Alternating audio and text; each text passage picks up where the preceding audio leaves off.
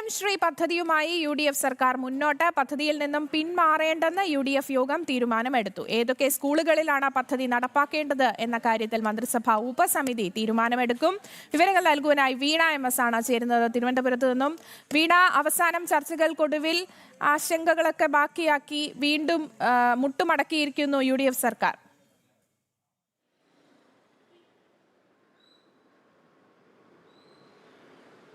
തീർച്ചയായും ആര്യ, അത് തന്നെയാണ്. നീണ്ട നാളത്തെ അനിശ്ചിതത്തിനൊടുവിൽ സർക്കാർ അക്കാര്യത്തിൽ തീരുമാനം എടുത്തിരിക്കുന്നു എന്നുള്ളതാണ്. സർക്കാർ അധികാരത്തിലേറി 2 മാസം പിന്നിട്ടപ്പോഴും ആദ്യ നാളുകൾ മുതൽ ചോദിക്കുന്ന ചോദ്യമാണ് PM ശ്രീയിൽ സർക്കാരിന്റെ നിലപാട് എന്താണ്, സംസ്ഥാനത്ത് ആ പദ്ധതി നടപ്പാക്കുമോ എന്നുള്ളൊരു ചോദ്യം. ആ ചോദ്യത്തിനാണിപ്പോൾ UDF കൺവീനറും MP-യുമായ അടൂർ പ്രകാശ് ഉത്തരം നൽകിയിരിക്കുന്നത്. സംസ്ഥാനത്ത് PM ശ്രീ പദ്ധതി നടപ്പാക്കുമെന്നുള്ളൊരു തീരുമാനത്തിലേക്ക് അത് UDF യോഗം ചേർന്ന് തീരുമാനമെടുത്തിരിക്കുന്നു എന്നാണ് അല്പസമയങ്ങൾക്ക് മുമ്പ് നടന്ന വാർത്താ സമ്മേളനത്തിലൂടെ അദ്ദേഹം വ്യക്തമാക്കുകയും ചെയ്തിരിക്കുന്നത്.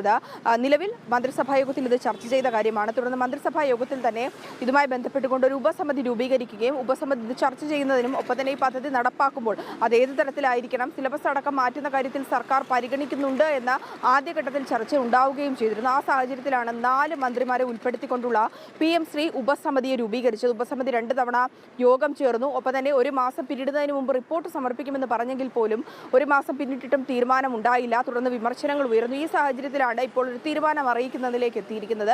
സർക്കാർ ഈ ഒരു പദ്ധതിയുമായി മുന്നോട്ട് പോകും. ഒപ്പം തന്നെ ഈ ഉപസമിതിയുടെ റിപ്പോർട്ട് വന്നതിന് ശേഷം അത് ചർച്ച ചെയ്തതിന് ശേഷം ഏതൊക്കെ സ്കൂളുകളിലാണ് നടപ്പാക്കേണ്ടത്, സ്കൂളുകൾ തിരഞ്ഞെടുക്കുന്നതുമായി ബന്ധപ്പെട്ടുള്ള കാര്യത്തിൽ തീരുമാനം ഉണ്ടാകുമെന്നാണ് അടൂർ പ്രകാശ് അറിയിച്ചിരിക്കുന്നത്. മുൻപ് ഉയർന്നിരുന്ന രാഷ്ട്രീയ പശ്ചാത്തലം, അതായത് ഇടതുപക്ഷ സർക്കാരിന്റെ കാലത്താണ് PM ശ്രീ പദ്ധതി നടപ്പാക്കുന്നതുമായി ബന്ധപ്പെട്ട് ആ ഒരു കരാറിൽ ഒപ്പുവെച്ചത്. ആ കരാർ രഹസ്യമായിട്ടല്ലല്ലോ ഒപ്പുവെച്ചെന്നുള്ളൊരു ചോദ്യം കൂടിയാണ് അദ്ദേഹം ഉന്നയിച്ചത്. അത് പരസ്യമായി തന്നെയായിരിക്കും ഒപ്പുവെച്ചത്. തുടർന്ന് അന്ന് ഘടകകക്ഷിയായ CPM-ന്റെ ഘടകകക്ഷി CPI-യിൽ നിന്ന് വിമർശനം വന്നതിന് പിന്നാലെയാണ് അതിൽ നിന്ന് പിന്നോട്ട് പോകാനുള്ളൊരു തീരുമാനത്തിലേക്ക് അവർ എത്തിയത്. തെറ്റിദ്ധാരണ പരത്തുന്ന പലതരത്തിലുള്ള നിലപാടുകൾ ഉണ്ടെന്ന് പരക്കെ പറയുന്ന ഒരു സാഹചര്യമുണ്ട്. പക്ഷേ സർക്കാർ ആ ഒരു തീരുമാനങ്ങളിലേക്ക് പോകുന്നില്ല. കേന്ദ്ര സർക്കാരിൻ്റെ പദ്ധതിയാണ്. കോൺഗ്രസ് ഭരിക്കുന്ന മറ്റ് സംസ്ഥാനങ്ങളിൽ, ഭാരതത്തിലെ മറ്റ് സംസ്ഥാനങ്ങളിൽ അത് നടപ്പാക്കിയ സാഹചര്യമുണ്ട്. അതിൻ്റെ ഗുണഭോക്താക്കളായ നിരവധി വിദ്യാർത്ഥികളുണ്ട്. രക്ഷിതാക്കളടക്കം ഈ ഒരു പദ്ധതി വലിയ തരത്തിൽ അനുകൂലിക്കുന്നുമുണ്ട്. അതിനാൽ തന്നെ പൊതുവിദ്യാഭ്യാസ മേഖലയുടെ വളർച്ചയ്ക്കും വിദ്യാർത്ഥികളുടെ ഉന്നമനത്തിനുമായി ഈ പദ്ധതിയോട് പിന്തിരിപ്പം നിലപാട് സ്വീകരിച്ചു കഴിഞ്ഞാൽ അത് UDF-നെ തകർത്തെറിയും, സർക്കാരിനെ അത് വലിയ തരത്തിൽ പ്രതികൂലമായി ബാധിക്കുമെന്നൊരു തിരിച്ചറിവിൻ്റെ അടിസ്ഥാനത്തിൽ കൂടിയാണ് PM ശ്രീ പദ്ധതി നടപ്പാക്കുമെന്നുള്ളൊരു തീരുമാനം എടുത്തിരിക്കുന്നതായി അടൂർ പ്രകാശ് അറിയിച്ചിരിക്കുന്നത്. അതിന് എപ്പോഴായിരിക്കും നടപ്പാക്കുക, അതുമായി ബന്ധപ്പെട്ടുകൊണ്ടുള്ള സാങ്കേതിക നടപടികൾ വേഗത്തിലാക്കുമോ എന്നുള്ളതാണ് ഇനി അറിയേണ്ടത്. ആര്യ, യെസ്, വ്യക്തമാണ്. PM ശ്രീ പദ്ധതിയുമായി UDF സർക്കാർ മുന്നോട്ട് തന്നെ. പദ്ധതിയിൽ നിന്നും പിന്മാറേണ്ടെന്ന് UDF യോഗം തീരുമാനമെടുത്തിരിക്കുകയാണ്.